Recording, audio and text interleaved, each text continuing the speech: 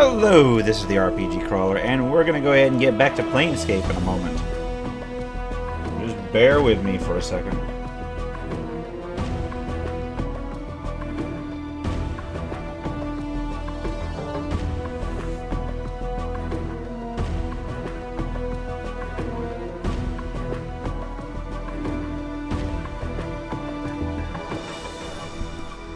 Alright.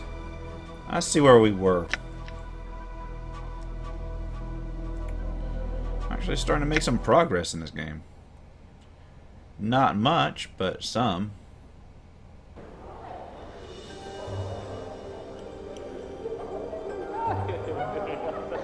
Alright, we were just going to go ahead and finish up in the brothel of slating intellectual lusts and try to get what's-her-face into the party. There were a couple people that I hadn't talked to yet on the ground floor. I'll do the Modrons later.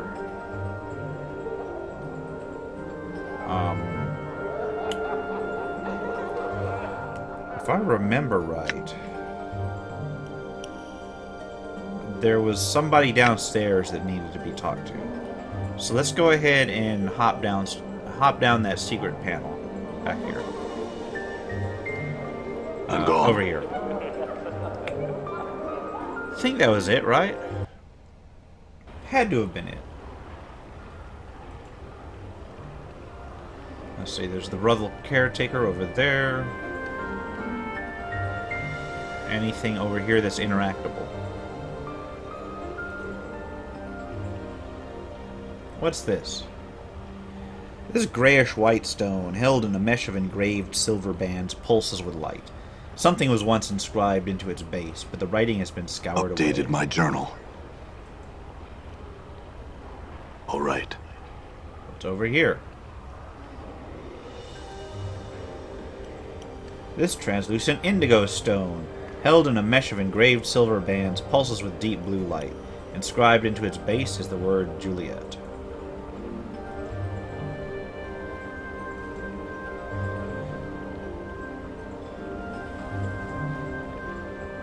Okay, this brilliant red stone held in a mesh of engraved silver bands pulses with fiery crimson light. Inscribed into its base is the word Nenny. Well, here's all, something to do with it, girls. Not entirely sure what. These are clearly involved with what's upstairs. There's echoes. Done. All right. Here is Vivian's.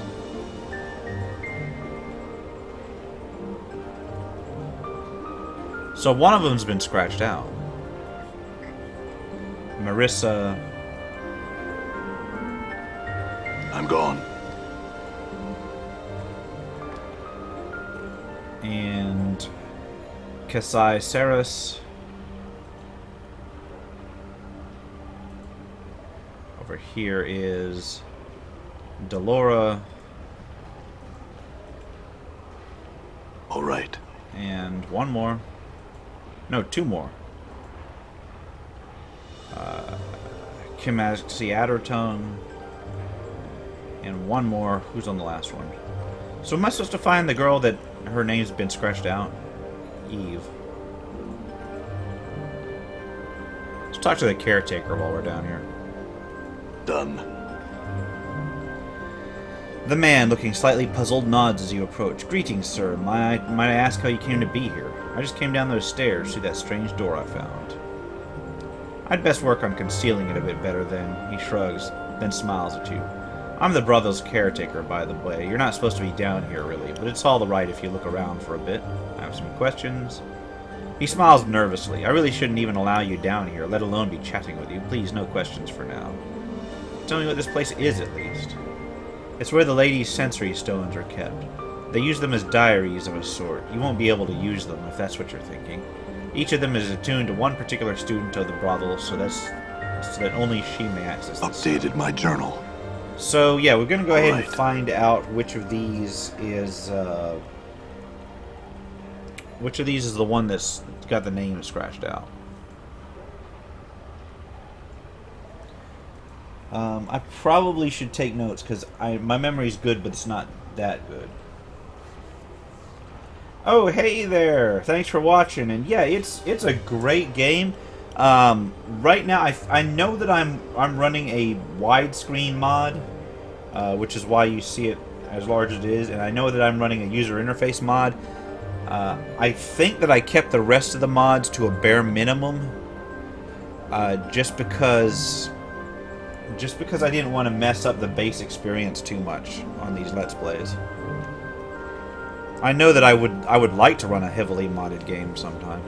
Anyway, let me go ahead and make a list of which of these ones has a name on it. Okay, Eves, and yeah, leave.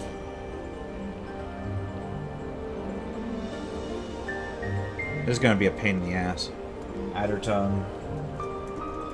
You know, I should have started this list as soon as I realized that All right. that all but one had a name on it. Delora. Yeah, I think I might have installed some of the bug fixes too. But I didn't install a lot of like the difficulty tweaks and stuff, because there's a lot of decent mods for this. Not as many as there are for the Baldur's Gate series, just because this game is more about the art and storytelling rather than the combat. Kasai Ceres. Cruising along. Done. Marissa. Yeah, there's always a sense that you want to change the default experience after you've played the game at least once.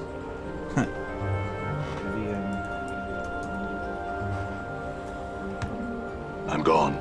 Yeah, if you've put the widescreen mod in, though, just be advised that the same bug that kept me from proceeding for so long is due to an interaction between the widescreen and the improved user interface mods. Basically, they try to rearrange your inventory when you go through a certain area, and can't. So the only way I found to get past that easily, which was actually a pretty decent way, was to just go ahead and leave. There's a part at the Alley of Lingering Sighs where you may crash, and it's actually at the very start of episode 14, I think. I tell how to get around it. It's dead easy. So if you do encounter that, just be advised. Juliet. And then... All right. I'm gone. Let's see over here. And then the blank one. Okay, good. So I know... by elimination, I can figure out which one is the blank one. I'm gone. I could have sworn that there was something else I needed to look for in here.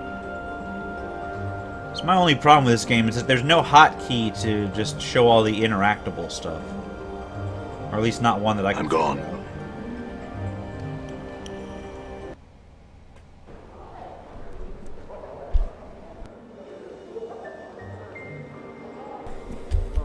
Excuse me while I hack up a lung. Okay. Let me see. Now I've got to find... Done. That's Marissa. I'm gone. This door is closed for some reason. Done. All right. That's nobody. That is nobody. Done. Done. There's Addertongue. Done. There's Vivian. There's Kasai Ceres. There's Delora. All of these have their names on them. There's Eves.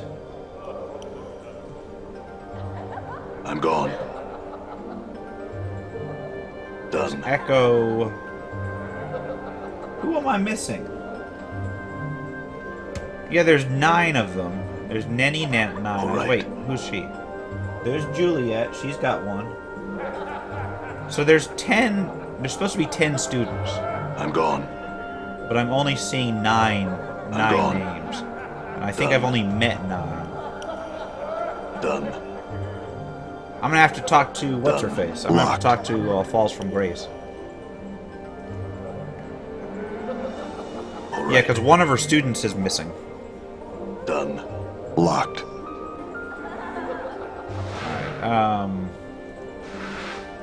Hi? Let's get Anna over here to pick the lock.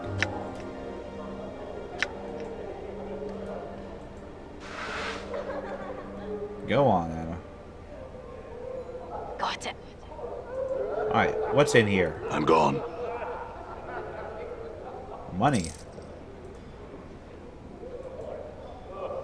Done. I'm gone. Think that, yeah, I'm not quite sure what to do here. I'm not 100% on what to do here. Locked. I guess I should continue quote-unquote looking for Why not? clues. And cash.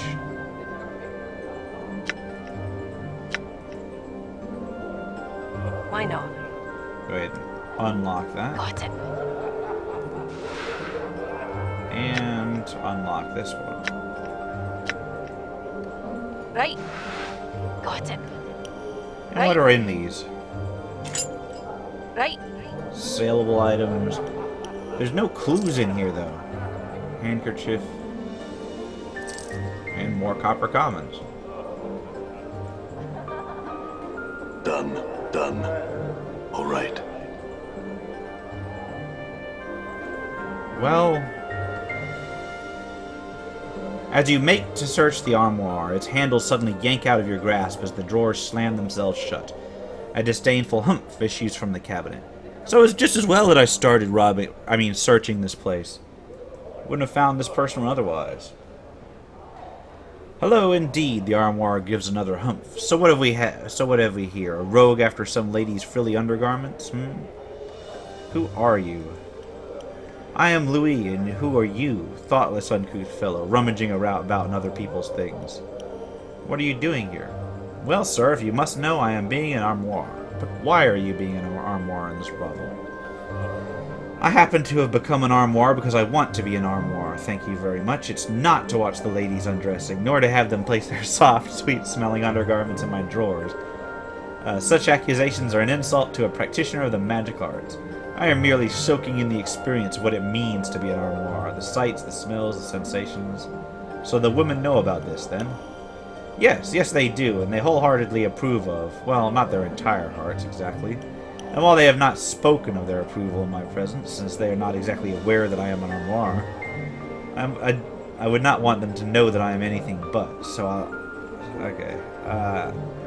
I'll need something from you to keep quiet about this one. Very well. Posh, open the third drawer, you scalawag. As you reach into the drawer, it slams shut on your fingers with great force. Searing pain races through your hand as you withdraw your battered fingers. Ha-ha, cretin idiot. Open the drawer, I said, and you reach in. He slams his drawer again for emphasis, then begins shaking with laughter. I'm going to tell them right now.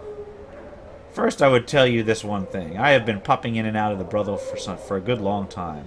I'm quite knowledgeable regarding both its occupants and their activities.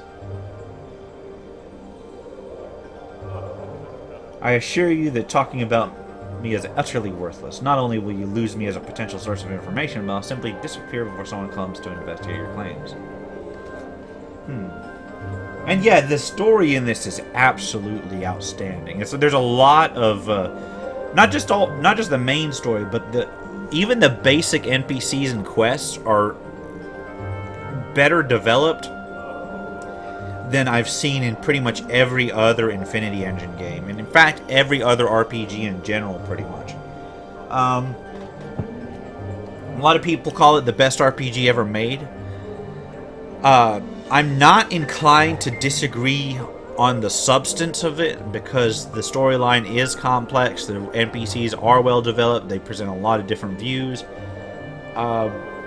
The interface is a little bit clunky, and the combat's a little bit off, and the character progression is a little bit odd, but odd only in a AD&D standpoint. So I kind of want to detract some points for all of that, but it's still a good enough story and a good enough experience that that it's still way up there. I have no problem seeing why a lot of people place it at the number 1. Alright, maybe I'll just chop you up for kindling then. I understand. I had some questions then. Can you return to your normal form at will? The armoire seems to think about this for a moment. I have no need to share such secrets with the likes of you. And besides, there's no cause to change back at the present moment, since I have not yet experienced the full sensations of being an armoire. I had another question. Nenny told me she saw a man leaving Kimaxi Addertongue's room. I think that was you, Louis. Hold on, let's ask him the other stuff first. Trying to find Vivian's scent. Oh yes, dear, I had heard about that. Most unfortunate. Did you ever have the exquisite pleasure of breathing in that scent of hers? The armoire's drawer seemed to shudder with delight. Absolutely wondrous it was, but sadly no. I know not where the good lady Vivian's scent might be found.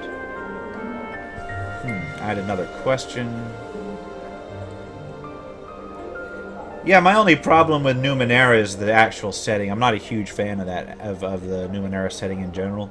But hopefully it will live up to the hype. I understand that it still needs some work coming out of early access, but by the same token, a lot of people are probably going to expect it to be. It's got a high bar to reach, in other words. Okay, Marissa's Crimson Veil. I heard she used to walk about in a Crimson Veil, but that she had recently taken to her room and darkened it. Yes, I had another question. What can you tell me about the silent prostitute? Yes, Echo. She can't always have been mute, you know. Otherwise, I am most certain she would have learned some other means of communicating in the meantime. Okay, so somebody stole Echo's voice. I've spoken to 9 prostitutes altogether. Do you know where the 10th student is? There is no 10th student. What is this rubbish you speak of? Okay.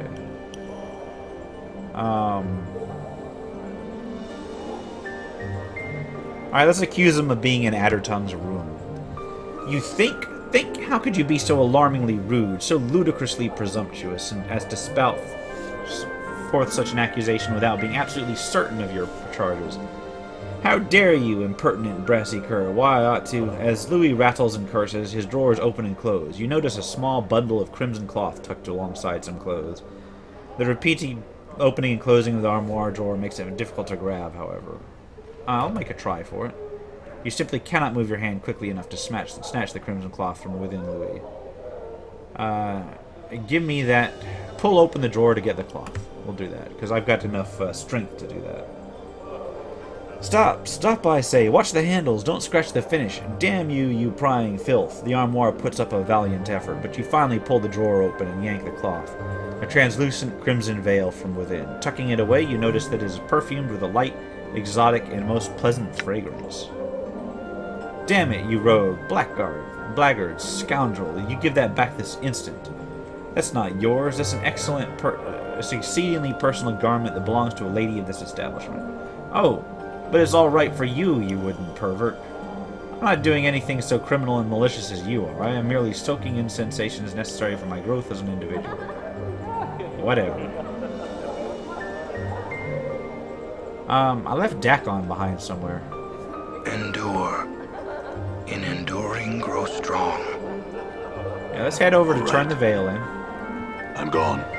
Done. Actually, no, let's turn in the scent first. I'm gonna quick save the game. Okay, who had the scent? Juliet?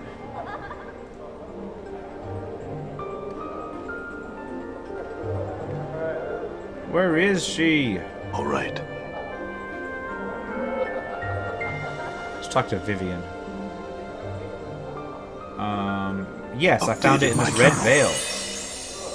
Vivian's eyes light up. Oh, how simply wonderful. She takes the veil from your hands, mutters a few words over it, and returns it to you.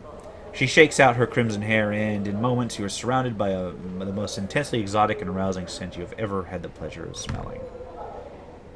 It does it not? She smiles at you. And as you have done me a favor for me, so I wish to perform one for you. Stand close to me, scarred one.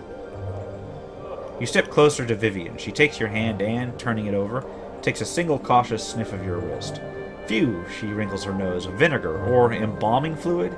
Here, I will remove this smell from you. She mutters a few strange syllables, and a light tingling sensation spreads over your skin. In moments, your chemical reek lessens substantially. There, how is that? In knowing the stronger. of Zerthamon, I have Level become up, and I got a stronger. permanent charisma bonus. Nice. Let's go ahead and do the level up thing then. We'll go with Anna first.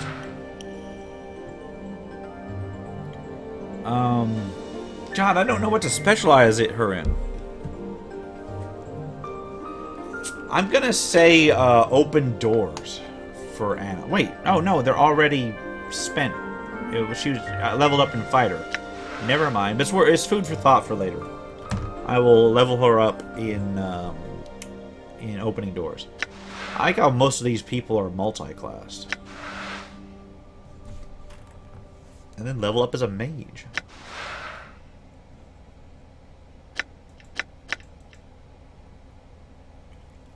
Spell memorizations have been complete. Have been improved, rather.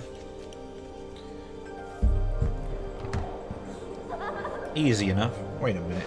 Give me a second. Charisma is now 9. I am almost average. No, I am average. Let's go turn the veil in. Let's see. Marissa. Done. Here's your veil. Marissa's cold, cruel voice hisses from out of the darkness. It returns. You have a reason for coming this time, I trust, or just more of your pointless questions. Actually, I've brought your crimson veil. Then would you please hand it over? Oh, I'll need something in return first. Ah! Do I want to just trust on her to be good enough to hand over whatever I'm missing? Something in return. Of course. How perfectly mercenary of you. Here, reach out, grasp my wrist. You'll find a golden bracelet.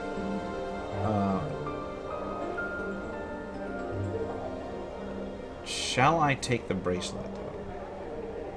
God damn it. Updated my journal. You remove the bracelet from Marissa's delicate wrist. You hold the crimson veil before you and feel her take it from your hand. Ah, yes, much better. 2 shining points of red light appear before you as she opens her eyes. So that's what you look like. Perhaps I would have been better off with my eyes shut. Watch that forked tongue of yours, Marissa. Do not even get me started. I have a question. What can you tell me about the silent prostitute? Yes, Echo. I knew another Echo once, though her name was written differently. I know nothing of this girl, though. Ask Delora of her. Okay, another question. Spoken to 9 altogether. Who do you know? Do you know where the 10th one is? Another question. Tell me about this place. Sensates. You know what? I think that's all I wish to know. There's Anna leveling up again. Yeah, thieves are on almost a 2-to-1 resonance on level up with fighter almost. Just almost, until higher levels at least. What did I say? Open doors? Yeah, open doors. Boom. I don't necessarily need to detect traps because my main guy can just trip them. I have a feeling I might have fucked up there because I think she was supposed to give me another clue as to something. How may I help you? I had some other questions I wanted to ask. I spoke to 9 of the students as you asked, but I could not find the 10th. And you could not find the 10th student? How curious. I think the 10th student is me, in which case I have spoken to all of them. Very well. And your thoughts? I've learned what it means to aspire to be a sensate. You should get rid of all the Armaras in the brothel and use them as firewood. That's awesome. Teaching within a sheltered environment such as this only harms the student, and the planes themselves are often the best teacher. Very well, I will travel with you if you still desire my help. Knowing the I do. teachings of Earthamon I have become stronger. Alright, a massive amount of experience, and Anna's As starting long to as I am object. permitted, I suppose. Well, you're not permitted. I don't trust you. Oh, come on, Anna. If it's gonna be you and her, then guess who gets in? The person with the heel. May my faith lend me Okay. strength. May my She's gonna faith walk around lend healing me everybody. strength. So she's a cleric. And she's on an AI script, which I should probably turn off. Yes. Let's look at her statistics. She's good all around, but she's not great at anything. She is only like level. What level is she? 7. So she's higher level than everybody in my group, but she doesn't have that much more experience than the rest. Oh, that's why she and Anna don't get along. They're in different factions. We'll deal with it as we go. I think I'm pretty much done here, except for talking to the Modrons. So, because I have a suspicion, I'm going to be looking for a particular Modron. So let's talk to these people. This strange cubic creature seems to be as much machine as it is organic. As you approach the thing, it silently stares at you with wide, unblinking eyes. Its face hasn't the slightest trace of emotion on it. Its voice has a metallic, reverberating quality to it, as if it were more sound played out in some warped musical instrument than true speech. Your greetings is returned. There's a soft click as the creature blinks. An awkward silence hangs in the air between the two of you. I had some questions. Identify yourself to us. I am not sure who I am. We would know why this is so. I don't know myself, I just can't remember. All things should have a name, all things should be identified. We find your answer unsatisfactory, but it shall have to suffice for the present. The creature pauses and blinks at you. We would identify ourselves as Modrons, Quadrone type, winged variant to the subject. I had questions for you. But that's like saying what they are, not who they are. Modrons should at least have identification numbers. Alright, what are you doing here? Hold on.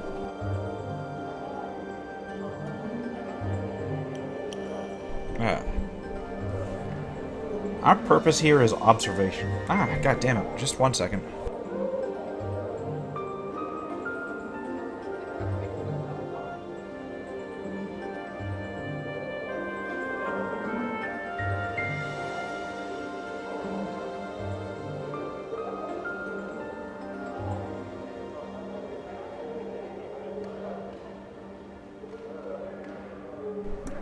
Sorry about that. I had to cough. Like a lot. Our purpose here is observation. What are you observing? We are observing one of the establishment staff. Who are you observing? As previously stated, okay. Yes, but who exactly are you observing? The object of our scrutiny is named Delora. And why are you watching her? We have not been informed as to the specific purpose or purposes which resulted in our being given our present task. The command of our superior Pentadrone is sufficient reason to perform said task. As such, the purposes are relevant to us. I had another question. What can you tell me about the silent prostitute? The subject referred to is named Echo. We have gathered no more information regarding the subject. Alright. About this place. A building located in the section of Sigil commonly known as the Clerk's Ward. We cannot give exact coordinates as the surface of Sigil changes at intervals we have not determined as of the present. The building itself is known as the Brothel of Slaking Intellectual Lust. It serves as what may broadly be defined as a language school. The students of the school are primarily females who intend to, at some point we have not determined, which varies from student to student, become factotum to the Society of Sensation. Okay, I think that's all I wish to know. That's all I need from the Modrons. And the Modron that I am looking for is not there. Let's head on out. Is there an exit here? There should be an exit here. Oh. There is, I just didn't scroll down far enough. So, wow, half the episode It's good to be spent journeying in the again. freaking... The brothel was a learning experience, but I think it was time I moved on. Yes, indeed. Yeah, half of the episode and like all of last episode in that place. That's what I like about this particular one, is that you can spend literally an hour plus looking around a single building. Okay.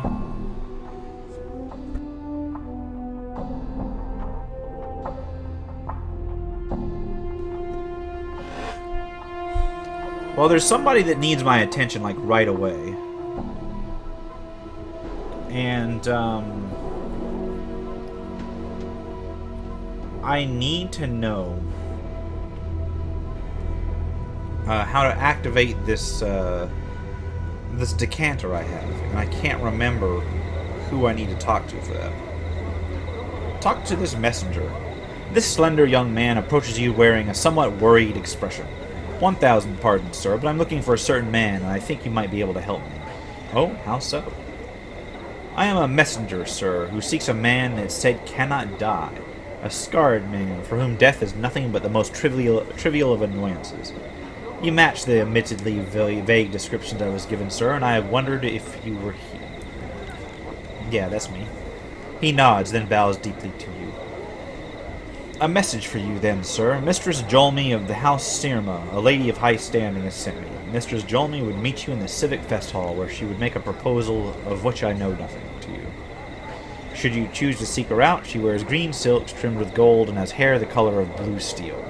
That's the extent of my message, sir. Updated Where's my the journal. Civic Fest Hall? In the northeastern corner of this part of the Clerk's Ward. It is a large structure and should be easy to spot.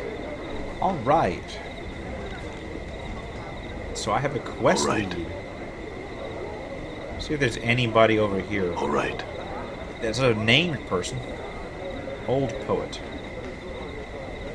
This kindly-looking old man spares you only the briefest of glances before returning to his recitation. Heckle him? No, I didn't mean to heckle him. I meant to hit, like... Oh well. I'll be the asshole this once. You heckle and you jeer at the poet, making fun of his style of verse, appearance, and postulated home life. You top it off by interrupting a few of his verses and completing them with bawdy rhymes of your own, which draws some chuckles from onlookers and sets the old poet, doing his best to ignore you, to gritting his teeth. It's probably a bad Weapon's idea. not doing a damn thing. Oh well. Owned that shadow. Let's go to Eli Havelock.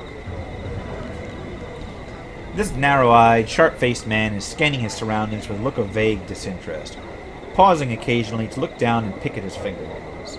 Despite being clothed in silk and velvet finery, he managed to look unsavory and more than a little dangerous. Okay.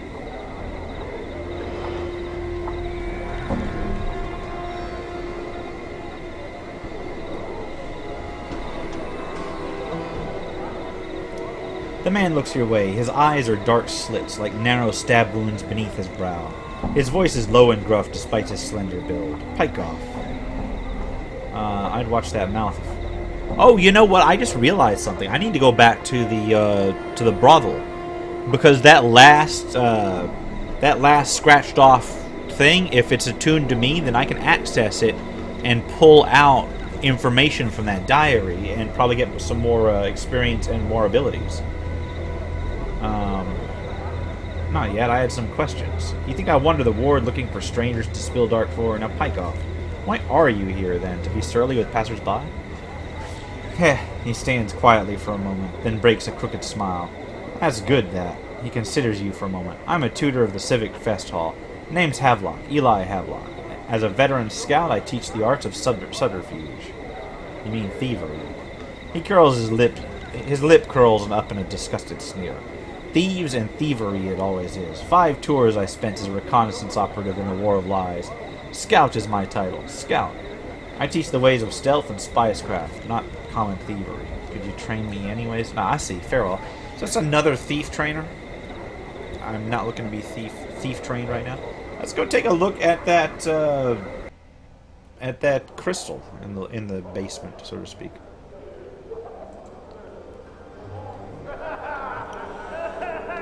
Oh, and yeah, I've played a couple games that were neat on early access.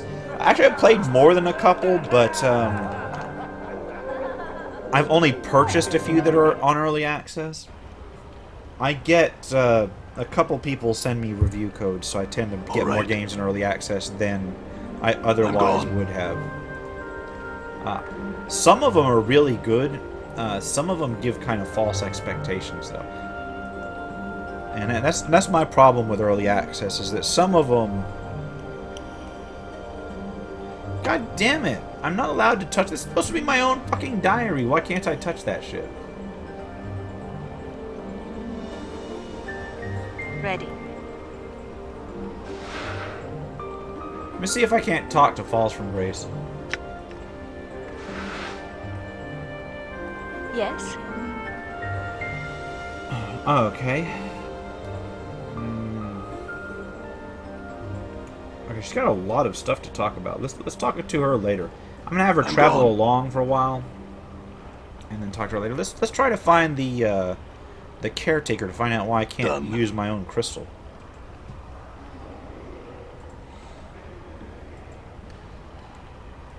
He's got to be in here somewhere. Oh, there we go. All right. I'm gone. All right. Fuck. All right. Well, damn.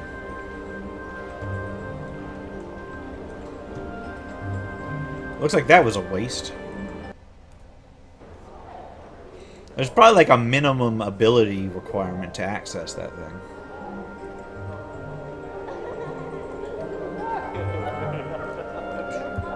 I'm going to leave the Civic Fest Hall until the next episode. For now, I'm going to finish off like everything else that I can find.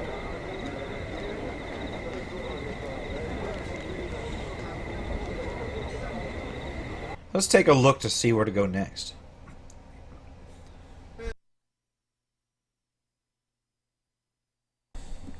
I'm thinking, what would be a good place to figure out this bottle that I have? Let's go to the Curiosity Shop.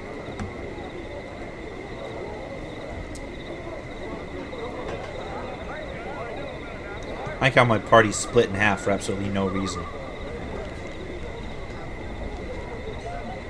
There's a performance artist here.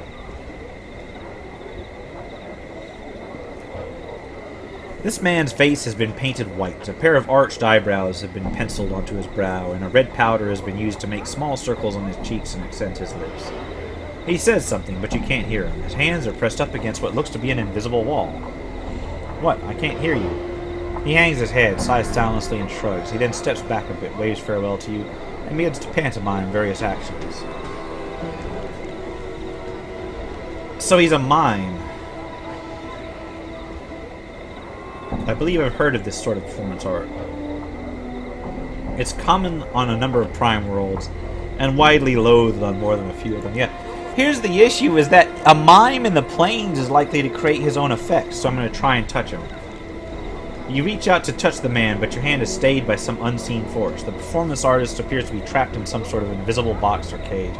So here's the issue, is that a mime that makes people believe that he's in an invisible box in the plains actually gets trapped in an invisible box. That is hilarious. I'm gone. I'm sure that there's probably some way to get him out. Just not really dealing with it right now. There's Standish and there's Rish. All right. Rish something or another. This downtrodden little man scurries about the Curiosity Shop. dusting, cataloging, and moving things about for the place's proprietress. You notice he smells faintly of onions. He glances up at you nervously as you approach him. "Please, sir, I cannot speak with you. I have work to do, and my mistress simply won't allow it." Farewell. Let's talk to what's-her-face, then. Vrishchika, which I think is a name that I should be looking for, actually. This sharp-featured woman's appearance is attractive, though somewhat disturbing, with her blue-black skin and bright yellow eyes. As she examines you, a small pair of bat-like wings unfold from her back, then seem to settle back into her skin. "Very well, Fall from Grace, or whatever it is you call yourself now. Truly a pleasure to see you here. What do I owe the honor of your visit? I thought you rarely trafficked among our kind anymore." She glances at you for a moment with some faint sneer. "Or is your assignment here almost finished?" "I do not know what assignment you are referring to, Vrishchika, though your presence here brings with it many questions. Last I heard, you were a standard-bearer for the Company of the Vulture. How do you come to Sigil?" So she's a demon. She replies curtly, firing a question back like an arrow. "By choice. And you? Where will your orders take you next?" She suddenly turns to you. "You see, little man," Vrishchika smiles, as if savoring the words, "the best temptress is one that can make you buy into the illusion of being both promiscuous yet virtuous at the same time. A prostitute priestess, as it were. Mistress Grace is among the greatest." She turns to Fall from Grace. "Are you not? You would not think that a score thousand years of slavery had left their scars, no?" Fall from Grace speaks with a coldness you have never heard before. The air almost becomes ice as she dissects Vrishka with her gaze. "That is enough." "Very well, though you were the ones that came into my emporium." She narrows her eyes. You're the scarred man who's been going around asking all the questions?" She looks you up and down. "You sure look lost. Did you want to come in, really, or are you just casing the place because you have nothing better to do? Because Vrishchika can help you." "How can you help me?" "I travel and trade extensively. I hear a great deal.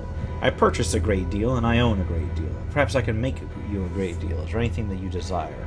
Only answers. What are you selling? Would you care to examine the Western weapons and charms, or some of the more exotic acquisitions?" Alright. If you'd see nothing like here, there are more items toward the front back of the store. Let's look at the metallic cube figurine. You examine a small metal replica of a cube-like creature with huge eyes on one of its faces. The toy has 2 legs, 2 arms, 2 folding wings, and at least 18 points of articulation. A collector's item, perhaps, or a piece of artwork. Who knows, but I like it. If you do buy it, ask around. Someone might know more about it than I. 1,500 copper coins. That's a shitload. But I have a feeling that I'm going to need it. Because it's Modron related. And there's one that I'm looking for. I'll take it. I couldn't carry anymore, so I had to drop it. Okay, let's go farewell.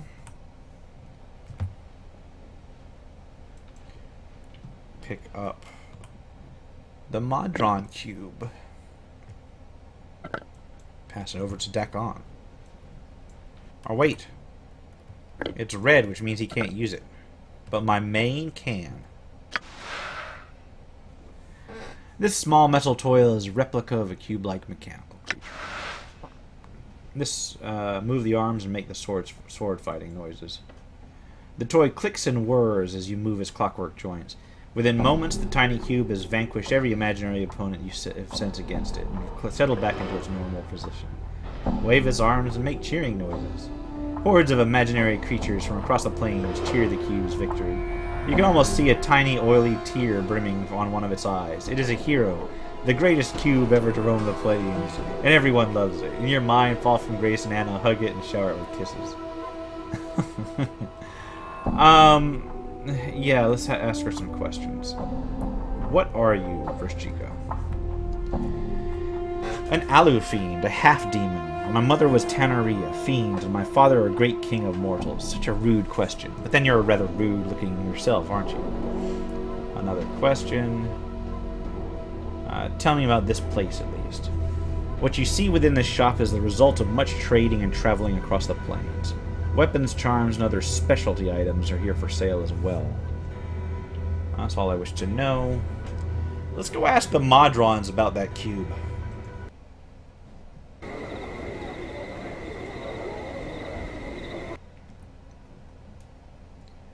We're eventually gonna have to hit that. Actually, let's hit this next home right here, because it's like right here. Alright. Let's talk to Finnem the Linguist. This short, scholarly man, a tight, nervous frown on his face, looks you up and down. Greetings, I am Finnem. I must beg your pardon, sir, but I care little for guests, invited or otherwise, so unless you've business with me. Add some questions. I'd have you know that I am a scholar and a linguist, sir. While I shall happily entertain any questions regarding my field of study, language, and the like, I can be no help to you in other matters. So I need to remember where this guy is, in case I've got any questions to answer about languages. Fuck. I'm getting nowhere fast. The Art and Curio Gallery. Done. Or the Alchemist. Let's hit up the Alchemist next.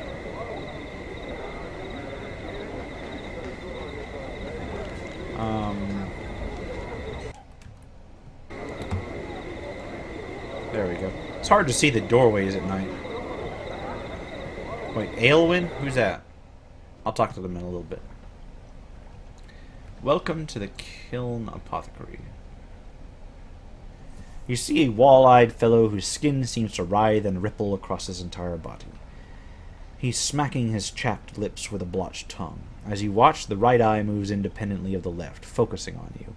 A second later, the left one flicks to look your way, then reverts to its original position.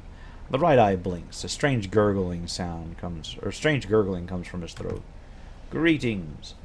The man gives a lopsided grin and points at himself with his right thumb. Pestle, I'm called. The Alchemist. He points to himself again, this time with his left index finger. The name's Kiln. Need you something? Oh, crap. He's two people merged into one. Are you alright? I am. His throat convulses for a moment, then relaxes. A large, green, glowing pustule suddenly bursts from the side of his neck. Something you needed then, sir? His throat clenches again, and a wave of quivering flesh swallows the blistering green pustule back beneath the skin of his throat. He coughs violently for a moment, then seems to relax. Oh, man. It's making me sick just reading that. Might I ask what happened to you? The left eye rolls upwards in exasperation. Too much to drink. Too much what, though? Potions I drank. Too many potions. His mouth slides downward beneath his chin. His left nostril forms another one. The most I ever drank, that's for certain. A polymorphin they were brewed in limbo. Oh, well, he's fucked, isn't he? Anything I can do to help? The man's eye turns inward to look at each other, then back to you. Dunno. He shudders. The mouth below his chin moves to envelop the one on his nostril form. This sort of thing happens quite often. We can't seem to help but sample the stock. If you find a way to help, the two of us would be grateful. If I find a way, I'll let you know. Nothing I really need in here. I can talk to the sensei. Please, sir, I have things to do. I'm gone. Let's head out. Let's talk to Aelwyn, because they are here. This tall, slender woman occasionally looks up from her cup of wine to scan the surrounding patrons and passers-by. Her facial features are elegantly exotic, and her eyes, a brilliant golden color, catch the light, sparkling as she looks about. She regards you carefully for a moment before replying. She speaks slowly and carefully, avoiding direct eye contact with you. I, Aelwyn, return your greetings. Are you looking for someone? She nods, staring wistfully into her cup of wine. Nemel is her name, a friend of mine. Aelwyn's. Aelwyn. She speaks in an odd... It's throwing me off. Her pattern of speech is throwing me off. Aelwyn, worry for her in this place, and wonder why she hasn't come to meet me, Aelwyn, yet. I could help you find her. Updated my journal. You would do this? She looks up from her cup, smiling, and you're suddenly overcome with a sense of hope and joyous gratitude. Seeing you tense up, she covers her mouth and averts her eyes once more, and the feelings fade to nothing. Aelwyn, thank you. What was that? What was what, kind stranger? Aelwyn, know not of what you speak. What does Nemel look like? She appears as Aelwyn do, but with raven hair and eyes of bright violet. Alright. I think that they're angels or something similar, so let's head in here, see if there's anything worthwhile in here. Done. Is there somebody in here? I can't tell. Yeah, there's somebody in here. Aspiring sensate artist. This attractive, pale-faced girl smiles at you, motioning towards a book full of charcoal sketches. Greetings and well met, good sir. My name is Ulana. I am an artist by trade, and would gladly make a fine sketch of you for but 5 copper common. I can make a serious sketch if you like, or a caricature. Suppose I wanted a sketch. It didn't give me the option.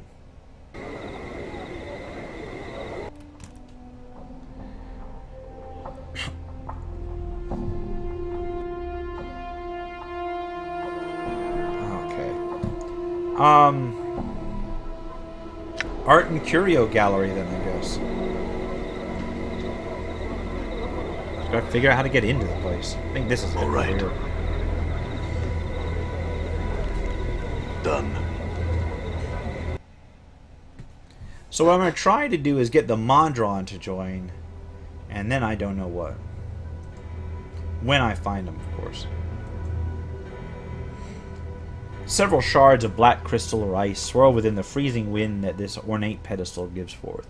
Each shard looks razor sharp. Touching or grabbing one could be perilous. A placard on the pedestal reads Dark Birds of Orcanthus. I'm going to grab one. As you reach out to grab one of the whirling shards, your fingers enter the icy wind that rises from the pedestal. Instantly, a coat of numbing frost forms around them, causing you to momentarily draw back. Place your hand back in and grab one. You thrust your hand into the frigid, numbing wind. Unbeknownst to you, your entire hand freezes solid as you wrap it around one of the dark birds.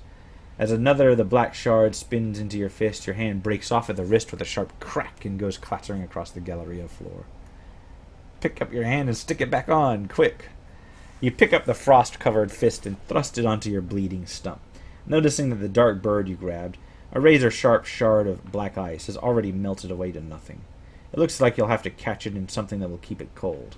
Eventually, warmth and feeling returns to your hand as your tissues thaw and regenerate. Leave. Hope that nobody saw any of that. This painting depicts a shore scene with a wide reddish-orange sun settling behind the peninsula of a peninsula or large jetty. The scene, though unoriginal, is breathtaking. The play of the fading daylight across the water is captured perfectly. But staring at the painted sun for any length of time makes your eyes ache. The placard reads, Surface of Thalasia. Oddly enough, there's nothing unusual about this. Okay, I think this is one of those things where I can poke around at stuff and find clues and or experience caches in there. Done. A set of 4 paintings which portray an empty beach in the dead of night. The air around the painting smells faintly of brine, and the painted sea seems to ebb and flow across the darkened shore. A placard reads, Karasuthran Shoreline. Sniff at it. Touches smells strongly of sea air. You place your hand on the painting, not knowing what to expect, but it is merely to the texture of painted canvas and you feel beneath your fingertips. Ah.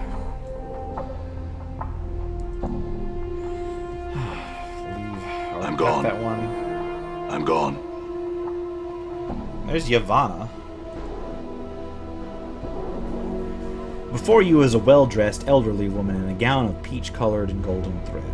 She stands quietly, her hands folded primly, and nods in your direction. It is then that you notice she has no pupils. Her eyes are entirely white. Greetings, sir. I am Yavanna. Welcome to my Galleria. Feel free to look about, spending as much time here as you like. Should you have questions regarding any of the pieces, do not hesitate to ask me of them. I had some questions. One moment, sir. Your voice. It is heavy with age and wounds. Would you be so kind as to permit me to touch your face?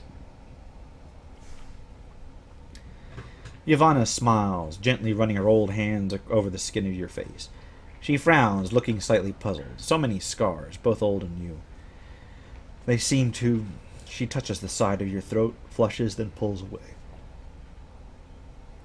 Pardon me, sir. I was curious to see how far they went. It is fine. They're everywhere, and my whole body is scarred. Yavanna nods. I had some questions. Do you know what this little cube-like toy creature is? Yavanna takes the item and drags her fingers along it. She feels along the exterior of the object, then hands it back to you. It is more than just a well-crafted toy Modron, that's for certain. It may be some sort of puzzle box or portal key. What's a Modron? Modrons are a race of lawful, orderly beings. They come in many shapes and forms, and each one occupying a different level in the rigid Modron hierarchy. I think this one is called a quadrone. Had other questions? You look familiar to me. Do you know someone named Yves? That is my daughter. For a moment there is a hint of sadness in the milky whiteness of her eyes. We no longer speak to one another. Why is that? There is nothing to be said between us. She has gone off in pursuit of stories, all for reasons I am unaware of. She told me a tale that might answer that question.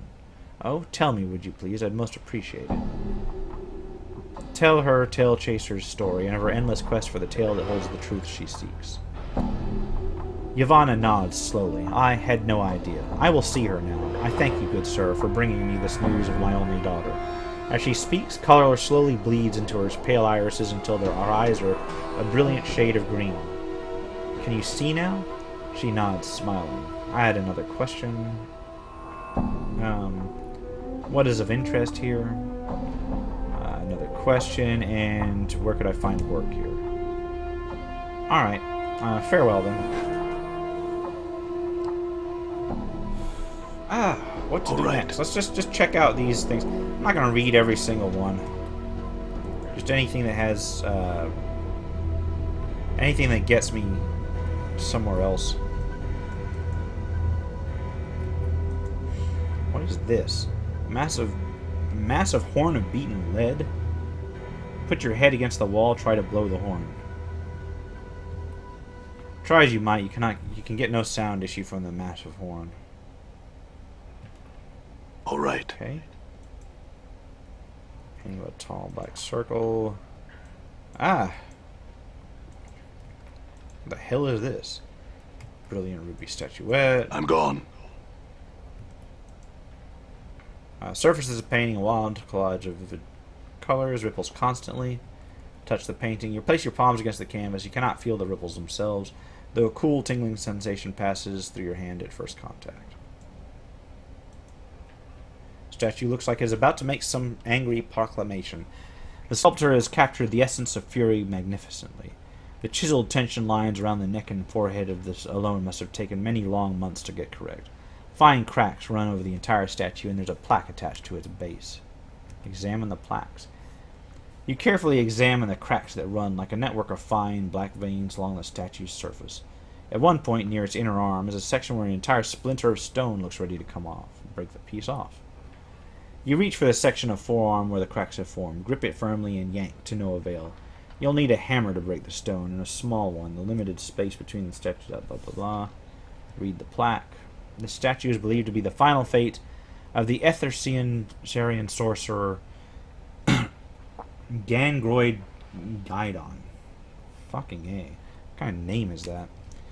Attacked by a conclave of rival sorcerers at the height of his dream madness, he was imprisoned with a spell that turned his flesh into stone. He is said to have been frozen with a final awful curse still upon his lips, a curse so terrible that it was never meant to be spoken by the lips of a normal man. Wait, do I have a hammer in my inventory somewhere? I've got a sledgehammer. I've got a heavy work hammer. That's not going to work. So I need a small hammer.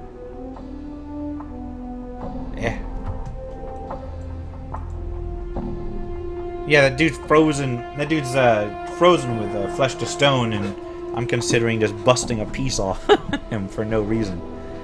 Portrait of a grotesque hook-nosed crone. As you begin to turn away from the painting, something in it draws your attention. A strange, tingling sensation arises in the back of your mind, a memory beginning to surface. So, this is the Grey Hag of Oinus. Try and recall the memory. You recall standing, confused, in a maze of briars. The hideous crone from the painting is before you, cackling wildly. You grit your teeth in frustration, wondering why she's laughing at you. My poor, dear, lovely man-thing, she croons. Why, that was your first wish? She points her single bony clawed finger at your forehead. Your temples begin to throb painfully, and you can remember nothing more. This looks to be a subterranean landscape, a massive cavern interior filled with colorful, faintly luminescent, gigantic fungi. Veil beneath Clangeddon. Dark cityscape. Let's head over here. I think I got one more room. The hundreds of chips of translucent green glass which make up the stained glass window don't appear to be held together by anything, but rather remain free-floating and mysteriously suspended within the iron frame's boundaries. The shards ripple and move in slow waves. Touch the glass. You reach out to touch the undulating glass shards, but find you cannot do so. Punch the glass. You succeed only in bruising your knuckles. Shows an enormous granite keep. Alright, I think I'm done here. I'm gone. I got one memory back, and I did one kind of subquest kind of thing.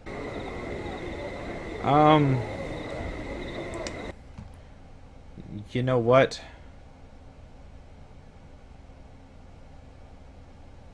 I'm gonna do one more building. I think I've got 2 exits, the tailor, and then the Advocate's home. Let's look at the Advocate's home and the tailor, and then I'm gonna do the Civic Fest Hall like in the next episode, or in the next session, or whatever. I'm gone.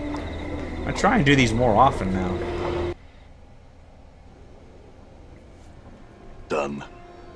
What I really need to do is sit down and just stream for hours, but probably not this game, because I want this to be a reasonably paced Let's Play for people who watch it, like, you know, just as a matter of course. But I might come back and play, like, some other role-playing game to see how far I get in each major episode. This is a beautiful silver mirror. Let's talk to the Advocate. This man is dressed in soft blue robes, covered with intricate designs. Despite their opulence, however, the robes look wrinkled and worn. You place the man's age somewhere between middle age and early 60s. The worry lines make an exact determination difficult. As you enter, the man turns slowly towards you.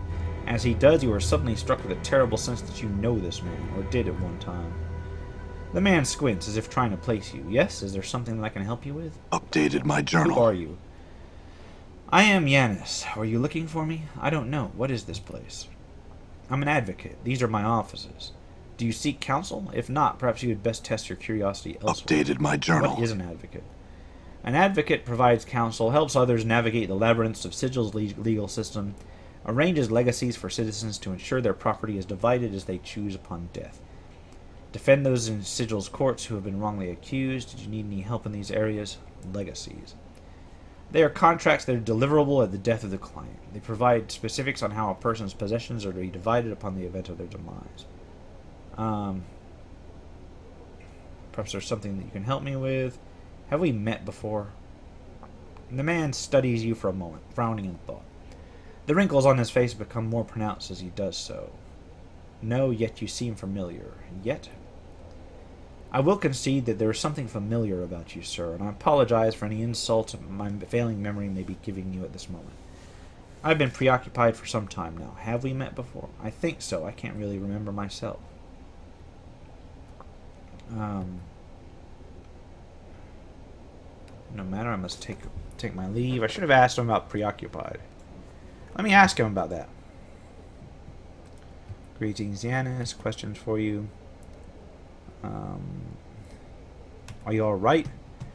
You must excuse me. As of late, I've been beset by troubles. I'm afraid it has been rather trying these past few years. Anything I can help with?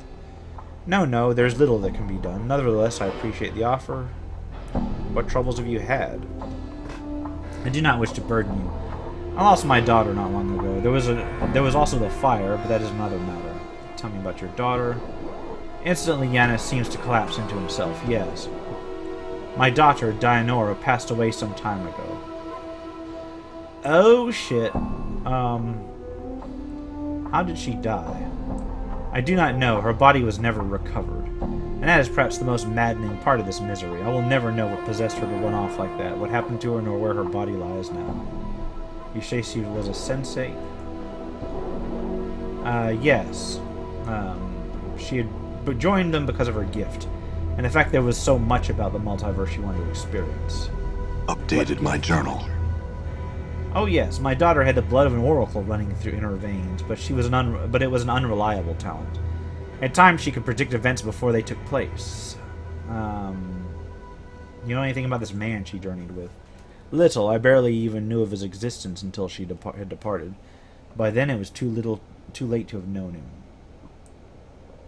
Do you know where she went on this journey? Yeah, she never said anything. How do you know she died? It's most curious. I went to the Dustmen to see if they had found her body, and they directed me to one of their faction outside of the Dustman Monument. A Dustman named Death of Names. He's said to be an oracle of sorts. He told me that my daughter had died. Tell me about this fire. There was nothing much to say in the matter. It was a... Hold on.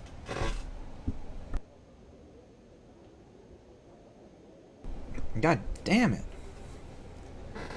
There's nothing much to say about the matter. It was a strange, localized fire. I cannot imagine what had been precious in the documents that were burned. Any luck in... Can you tell me what was burned? A number of old legacies were burned.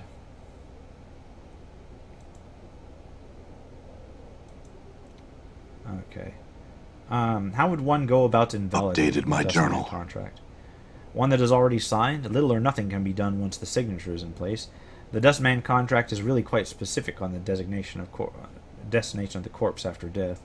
Without the destruction of the contract, there's really nothing that can be done. Do I owe you anything for this information? Alright, thank you. I'm grateful. So I'm going to back off on telling him that I am the person that traveled with his daughter, just on the off chance that it pisses him off. And I'll come back and talk to him later about it. I think I got one more place I'm going to check out before I call it, and that is the tailor.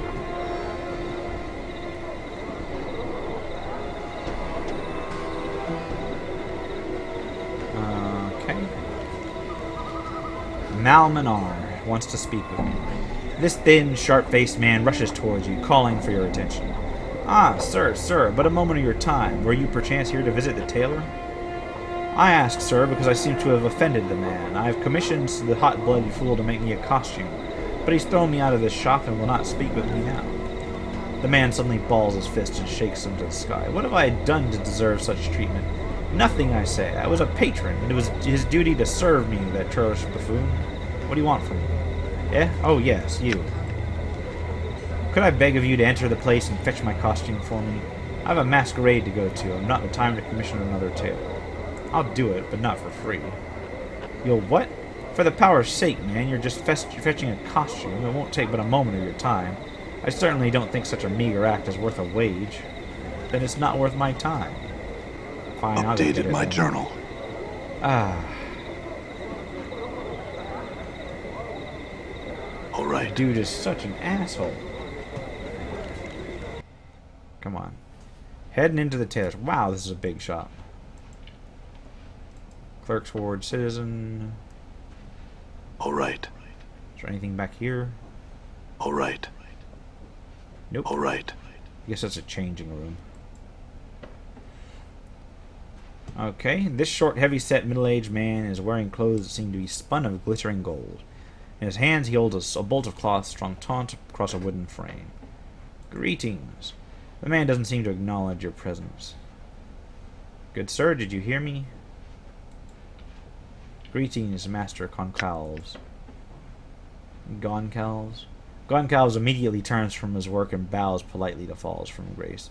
A gesture she then returns. Greetings, Lady Grace. How is it that I can help you today? That order is almost complete. There's no need for haste in my request, Master Goncalves. Is that Goncalves? Goncalves. This font is fucking with me. Your skill demands time, and no doubt what comes from your hands will be pleasing. I'm not here regarding that matter, however. This man here, Falls from Grace bows to you, wished to speak with you for a moment. Of course. And so, sir, what was it that you were here to see about? I had questions. 'Tis about garments and the like. I shan't answer anything not concerning myself or the store. Can I buy some needles and thread here? I can. And I can find some more stuff from Fall from Grace. Jerking the Brazen Rogue, and for Anna. Nice. All right. Let's talk to him again because I've got more questions. I had questions. I'm here to pick up a Dustman costume. You're in luck, sir. I happen to have one available. It's costing 30 common coppers. Copper commons. I couldn't carry any more, so I had to drop it. I'll keep that in mind. Alright. Many people are already attending as Dustmen. I've got a Dustman costume on the ground. Throw it to one of my other people.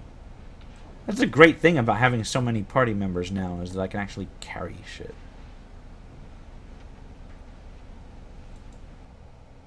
Alright, let's talk to this dude. No, wait, where is he?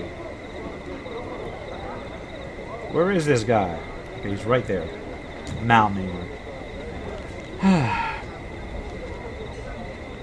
The man looks at you expectantly. Well, did you get the costume from Gun Cal? Updated my journal. 30 commons. Fine, take it here. He tosses you 30 commons. Now I'm to be off. Wait, Gun Cal said many people were already going to this masquerade as Dustmen. Did he? Blast, I would hate to arrive in such a common costume. I could see if he has another ready. Not a bad idea, not bad at all. Quickly, see if that portly nincompoop has another, would you?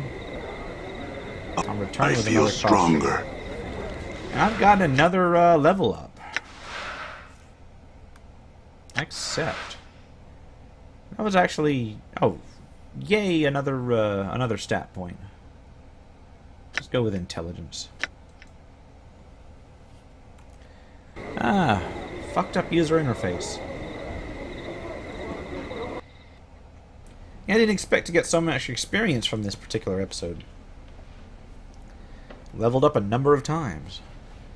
I had questions. I wanted to pick up another different costume. Goncal nods and smiles knowingly. The Dustman bit seemed a bit too common after all, eh? Well, it just so happens I have a Godsman costume if you would like. It shall cost you only 50 coppers. I couldn't carry any more, so I had to drop it. And, here we go. A Godsman costume. There we go. Let's go out and turn it in.